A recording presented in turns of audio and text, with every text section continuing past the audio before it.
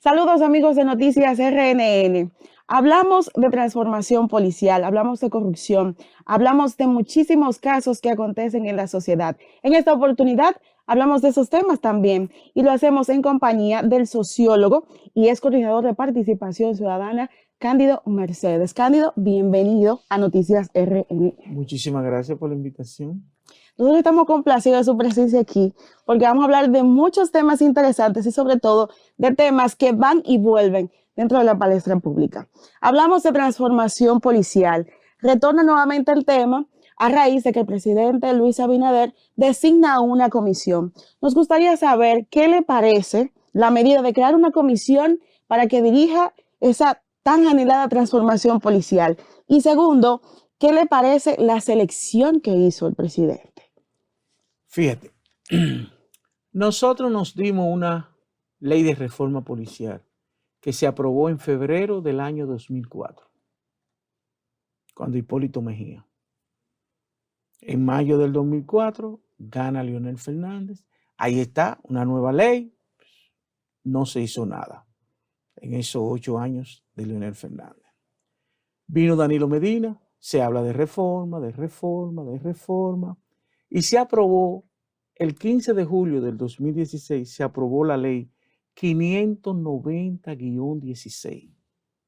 Esa ley, en términos generales, es buena. Pero esa ley tiene 176 artículos. Y yo creo que lo único que se ha aprobado es que cambiaron de jefe de la policía a director de la policía. Pero ese mismo director de la policía usa la vestimenta del general, del jefe anterior, para que tú veas que todavía siguen con el mismo paradigma. Por ejemplo, en la Constitución, en su artículo 255, establece taxativamente el papel de la Policía Nacional. Cuando tú lo lees, no lo cumplen. Pero en esa ley 590-16, el artículo 5 dice misión de la Policía Nacional. El artículo 13 dice funciones de la Policía Nacional. El artículo 14 te establece la actuación proporcional de la policía. ¿Qué significa eso? Que si la policía me para, yo voy en mi vehículo, ¿cómo es posible que venga un policía y me dé una galleta? O venga y me ponga droga. Eso es desproporcional con el evento. Si tú te lees la ley, te dice en un artículo que en 2 años la policía iba a verse reducida sus generalatos hasta llegar a 20. ¿Cuánto hay ahora? 41 generales. Pero esa ley tiene 4 años, va a tener 5. No se ha cumplido nada. Por ejemplo, hay un proyecto de participación ciudadana conjuntamente con FINUS que se llama Proyecto de Seguridad Ciudadana y Justicia. Ese proyecto es financiado por la USAID. Nosotros hicimos estudios de condiciones físicas de los cuarteles. Aquello era deprimente. Ni siquiera en el siglo XIX en Europa los cuarteles estaban así. Y luego hicimos otro estudio, una investigación sobre acciones irregulares de la Policía Nacional, donde estaba ahí, con porcentaje y todo, asaltos, atracos, robos, los famosos intercambios de disparos disfrazados. En el 2015 mataron 193 personas de esos intercambios disfrazados. Y entonces aquí la única política de continuidad del Estado que ha habido es matar jóvenes, pobres y vulnerables. Desde el 98, República Dominicana han matado más de 3.000 personas, generalmente jóvenes, en los famosos intercambios de disparos. Eso atenta contra los derechos humanos. No hay pena de muerte y la pena de muerte implica un proceso judicial que dura hasta 10 y 15 años. Aquí te lo matan como si nada. Entonces, las comisiones, desde el punto de vista de la sociedad civil, te voy a dar 2 respuestas, del sociólogo y de la sociedad civil. Siempre vemos con buenos ojos, porque es una oportunidad para reflexionar y subir y decir, vamos a dar un salto, vamos a parar esto aquí, esto no puede continuar. Vamos a crear esta comisión. Eso desde ese punto de vista es bueno. Ahora bien, desde el punto de vista sociológico, institucional, cuando tú ves la creación de una comisión, siempre coge miedo. ¿Y por qué? Porque la creación de una comisión te indica que los mecanismos institucionales no están funcionando. Tú no vas a ver eso en Uruguay, en Argentina, en Estados Unidos, en Canadá, no. Toda creación ad hoc es por la debilidad, la falencia y la debilidad institucional de ese país. Ahora bien, desde el punto de vista de la composición, lo único que tú puedes criticar ahí es que es muy numerosa. Las comisiones no pueden pasar de 5, 7 o 9 máximo. O sea, tiene 21. Pero hay gente que yo lo amo, yo lo quiero muchísimo. Tú tienes ahí Héctor Guerrero Heredia, que es brillante.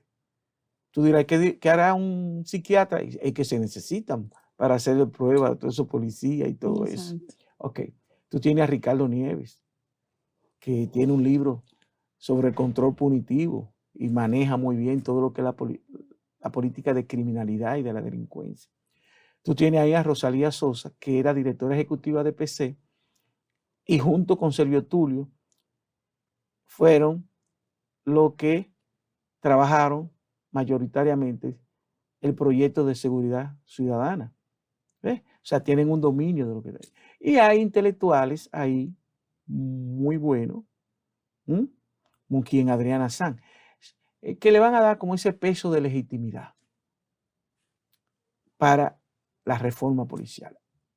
Pero tú tienes ahí gente que van a rellenar para darle legitimidad de consenso, que no debe ser. Por ejemplo, tú tienes el obispo Soria, el obispo Mejía, el Fidel Lorenzo y otro cristiano ahí, de otra religión. Eso es para darle como cierta legitimidad. ¿No cree usted que un punto religioso ahí no?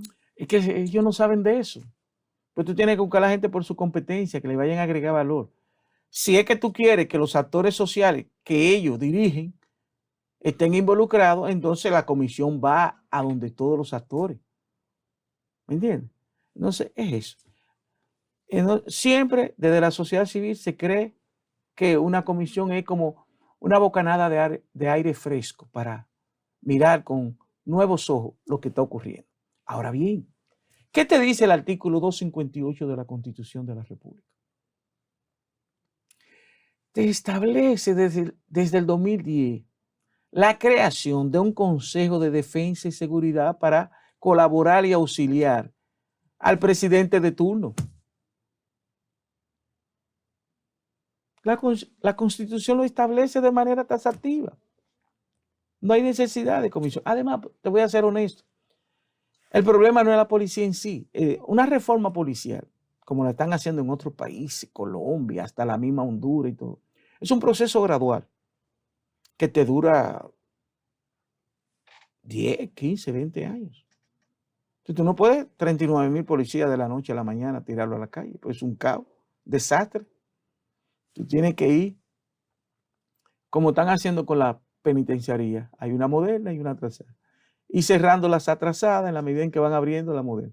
Pues así mismo, tú vas seleccionando jóvenes, bachilleres, donde se le da 6 meses, un año de preparación, de formación, bien, como un profesional, un licenciado en carrera policial. Y entonces, conforme tú vas sacando los viejos, va entrando los nuevos, pero con toda una cultura organizacional y de estructura diferente. Por ejemplo, la policía tiene en el artículo 255 y en la ley 590-06, dice que es un cuerpo armado. La policía no debe ser un cuerpo armado. ¿Me entiendes? Fíjate que la policía tiene ametralladora. Mira lo que pasó en Villa Altagracia. Un policía, un cabo, tenía el arma que le habían asignado a un coronel que hace mucho que no debería estar ahí en la policía. Bueno, entonces eso. Y te voy a decir algo sociológico, que ojalá que mucha gente lo vea. Es cierto, la policía es parte del problema y debería ser parte de la solución. La policía, siendo el símil, es como un sacerdote. Cuando un sacerdote viola a un niño, el escándalo es mayúsculo. Y alguien te dice, pero un hombre violó a un niño y el escándalo no fue grande. Sí, fue un hombre y es lo mismo, es una violación. Pero no se supone que un sacerdote que estudia teología, que estudia religión, que estudia para el desarrollo del espíritu del ser humano, venga y viola un niño. Como no se supone que un hombre normal viola un niño, pero el escándalo, ¿dónde mayor? En el religioso. En el Ya religioso. tiene una formación. Exacto. Así mismo es cuando un policía asalta, atraca y mata. No se supone que el policía debe atracar ni asaltar porque él es del cuerpo del orden, de la seguridad. Por eso el escándalo es tan grande. ¿Ves? Entonces, el problema de la policía es sistémico. Tú puedes reformar la policía ahora y eso no conduce a nada. Tú tienes que reformar el Ministerio de Interior y Policía. La policía tiene que ella tiene un general que es inspector general de la policía y tienen asuntos internos. Tú no puedes ser juez y parte. Porque yo soy general. Asuntos internos. Y yo voy a investigar, pero por encima de mí hay más generales. ¿Y cómo dice el refrán? Entre bomberos. No se pisa la manguera. Dilo duro. No se pisa la manguera, estás hablando. Entonces eso. Entonces un proceso gradual. Qué bueno que el presidente dice que está dispuesto a cambiar y reformar, cueste lo que cueste. Porque esto es lo que te quería decir. De todo lo que yo he dicho, la clave es esta. La crisis de la Policía Nacional es un fiel espejo, un reflejo exacto de la calidad de los actores políticos de este país que han dirigido en los últimos 20, 25 años. Aquí los presidentes saben. Aquí la mayoría de los generales son ricos. ¿Y cuánto gana un general? 75,000 pesos. Ahora es que le van a aumentar 98,000 al director de la policía, al jefe de la policía, 98,000 pesos. ¿Van entendiendo? Pero la mayoría de los que han sido jefes de la policía tienen ¿qué? Tienen finca, tienen casa en Cacana, en Punta Cana, en Constanza, en Jarabacoa, con esos chelitos. Aquí se sabe que, por ejemplo, a mí me asigna mañana director de la Policía Nacional. Y hay coroneles y hay generales que van y me dicen, mira, aquí tiene 10 o 20, 30 millones, asígname en tal sitio. O sea, es todo un andamiaje estructural de corrupción. ¿O tú crees que el policía, el cabo que agarra a un preso en el Capotillo, a un joven, un viernes a las 6, a las 7 de la noche, y lo mete ahí en el destacamento para que la familia vaya a darle los 1,000 o 2,000 pesos? De esos 2,000 pesos, ¿tú crees que es una cadena? El cabo le da al sargento, el sargento le da al teniente, el teniente le da hasta es una crisis societaria sistémica. Tú reformas la policía y hay otras instituciones que tienen que ver con la seguridad y todo. Que es muy difícil que lo pueda resolver solamente una comisión. No, porque la comisión no es vinculante y no va a poder decirle al presidente y evacuar un informe y todo eso, pero acuérdate la comisión que Danilo Medina creó de Punta Catalina. Y ahí habían empresarios que tienen 85, 90 años con un prestigio que no deberían meterse en esas cosas. ¿Y qué sabemos hoy? Que sí que en Punta Catalina hubo soborno por 39,5 millones de dólares. Que vamos a saber un día quiénes fueron. Ya sabemos, ya hay 2 o 3 ya filtrados. ¿Y qué dijo la comisión de notables? Que no había habido soborno, que todo fue licitación, que todo fue bien. Claro, se cuidaron al final, hicieron unos planteamientos para que el juicio de la historia no lo condene como comisión. Pero no se hizo nada de lo que la comisión le dijo al presidente, porque esa comisión no era vinculante. ¿Qué quería Danilo Medina? Quería un compás de tiempo, de espera, para que todo, para hacer lo que se llama gatopardismo. Cambiar algo para que todo siga igual. Entonces eso es lo que pasa. Y eso es, también tenemos el síndrome de Balaguer. Balaguer decía, cuando hay que hacer algo, uno mismo lo hace. Cuando tú quieres que algo no se haga, tú creas una comisión. Entonces tenemos ya ese síndrome, tenemos esa praxis política social negativa y le tenemos el síndrome del miedo a las comisiones. Pero ahí hay gente muy buena. Pero hay que acordarle al presidente que el artículo 258 de la Constitución establece un Consejo de Seguridad y Defensa que todavía no se ha creado, a 11 años de la Constitución del 2010. Usted ha mencionado procesos de hace 11 años atrás. Ahora bien, transformar la Policía Nacional, cueste lo que cueste, ¿cuánto tiempo le llevaría a la República Dominicana lograr eso? No, porque aquí hay la necesidad de un gran pacto político-social. La sociedad no puede seguir igual. Los políticos no pueden seguir jugando a la politiquería, a la manipulación, a la mentira, a llegar al poder para llegar al poder. Tiene que haber una continuidad de Estado en asuntos que son vitales, como lo han hecho otras sociedades. Tú puedes ser PLD, yo puedo ser Fuerza del Pueblo y aquel caballero puede ser PRM, pero hay puntos que son neurálgicos de la sociedad para que marche hacia el futuro. No este presente, sino un futuro más halagüeño. Estamos hablando que aquí el 30% de los jóvenes no tienen empleo y 800,000 jóvenes son que ni estudian ni trabajan. Ahora mismo tú ves el PLD que te está hablando de que tiene 7 candidatos para presidente. ¿Qué es eso? Eso es para marear a la sociedad dominicana. ¿Tú crees que un partido tiene que estar hablando y que de candidato presidencial? Faltando 3 años y medio, número 1. Número 2, el problema de esta sociedad es cómo resolvemos la crisis sanitaria. ¿Cómo resolvemos una economía que decreció 6.7 en el 2020? Que su déficit fiscal fue de 7.7, es decir, 450,000 millones. Es decir, los dos déficits gemelos. Que perdimos 850,000 empleos entre desvinculados totalmente, cancelados y suspendidos. Y que por suerte la economía ha ido lentamente recuperándose. Pero quedan 200, 4,000 o hasta 300,000, dependiendo quién te lo diga. Si es la Seguridad Social, te dice 204,000.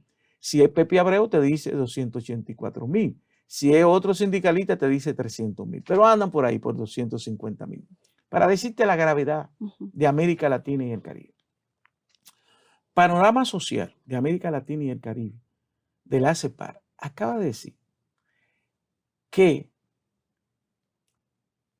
América Latina, Centroamérica y el Caribe, la pobreza aumentó 22 millones. Y la pobreza extrema aumentó 8 millones. Y nosotros no escapamos de eso. Por ejemplo,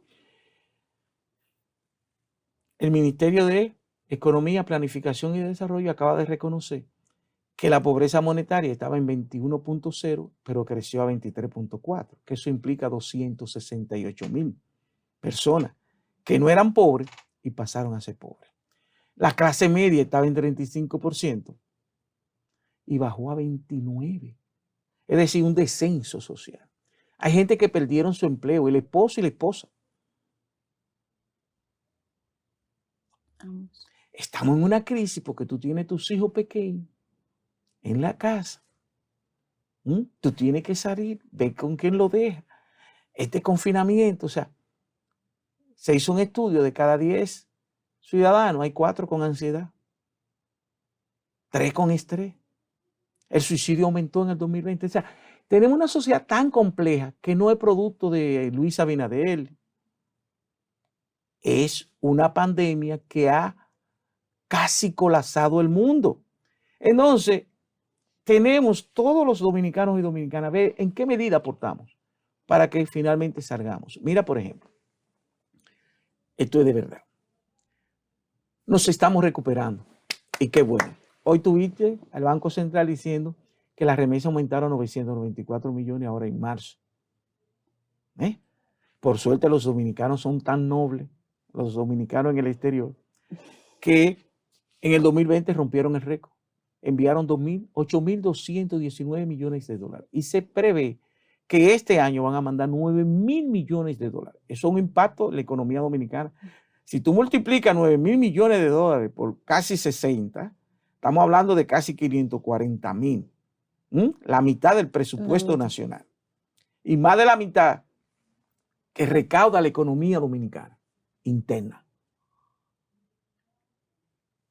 Esas remesas impactan al 10% de los hogares en República Dominicana, para que tú entiendas. Entonces, el problema es tan grande en términos sanitarios, económicos y sociales, que es injusto que alguien quiera ya ponerle en la agenda política y que hablar y que de candidato a la presidencia de un partido político, faltando 3 años y medio, y cuando la sociedad no tenga eso. Claro, es una manera del PLD de buscar adentro, hacia afuera, como que ya aquí está todo normal, que ya estamos hablando de candidato a la presidencia. Y no, eso es una irresponsabilidad del compromiso con la sociedad. No es hablar y que de candidato y que Domínguez Brito, Margarita, ninguno. Eso no se debe. Eso es falta de compromiso cierto con la sociedad dominicana. Porque este problema de la pandemia, Danilo estaba en el poder, pero no fue un problema de él. Como Luis Abinader ha tenido que cambiar en gran medida lo que es el programa de su gobierno. Porque ¿quién iba a creer que una crisis ocasionada por un virus te iba a voltear todo el aparato social, económico, laboral de la sociedad? Entonces tiene que hacer otra agenda, como los políticos tienen que formular otra agenda, que sea una agenda societaria. Al momento. Entonces no podemos establecer un tiempo específico donde podemos decir, bueno, en un periodo basado en declaraciones de otros sociólogos, es que le estoy haciendo esta pregunta, podemos establecer, bueno, en 10 años, en 5 años la República Dominicana podría transformar la policía, o podemos hablar de transformación partiendo en años. Como quiera, tiene que ser gradual. Tú no puedes hacer un aparato coercitivo del Estado, transformarlo en 1 año, 2 años, 3 años. Ahora debe haber la suficiente voluntad política para darle seguimiento, porque otra cosa te voy a decir desde el punto de vista filosófico. Esta sociedad es una sociedad que no da seguimiento. Y cuando tú no le das seguimiento a las cosas, se va perdiendo la memoria histórica. Y entonces, las cosas malas se recrudecen porque tú no le das seguimiento. Por ejemplo, tenemos la ley de la policía, 590-16. Se realizó, es buenísima, buena, en términos generales. Yo voy a hablar de reforma de la policía, de su ley, cuando ella no se ha agotado en sí misma. Todos esos artículos que están ahí, el 90% son válidos todavía. Pero ¿qué pasó? Que nadie le dio seguimiento. Esa ley contemplaba 21 reglamentos y va a tener 5 años. ¿Cuántos reglamentos se han hecho? 1. O la mayoría no se han hecho, para no decir 1 y venga otra gente y me diga, no, van 9. Como quiera, debieron ya estar todos los reglamentos hechos. ¿Va entendiendo? Por ejemplo, nosotros tenemos una ley de salario en la administración pública que fue aprobada el 8 de agosto del 2013 y a los 6 meses esa ley tenía que llevar un reglamento para su puesta en práctica. Y el reglamento está hecho. El reglamento lo hizo el Ministerio de Administración Pública, pero el presidente Danilo Medina nunca lo firmó. O sea, el problema no es el problema no es hacer ley. Las leyes son necesarias, pero no son suficientes. Tiene que haber la voluntad política. Qué bueno que Luis Abinader acaba de decir, cueste lo que cueste. ¿Por qué? Porque los presidentes anteriores no han mirado para allá. No han mirado para allá. Han tenido miedo. No han querido darle cirugía a eso. Y un presidente que lo que tiene que hacer es asumir los desafíos de su época, de su tiempo.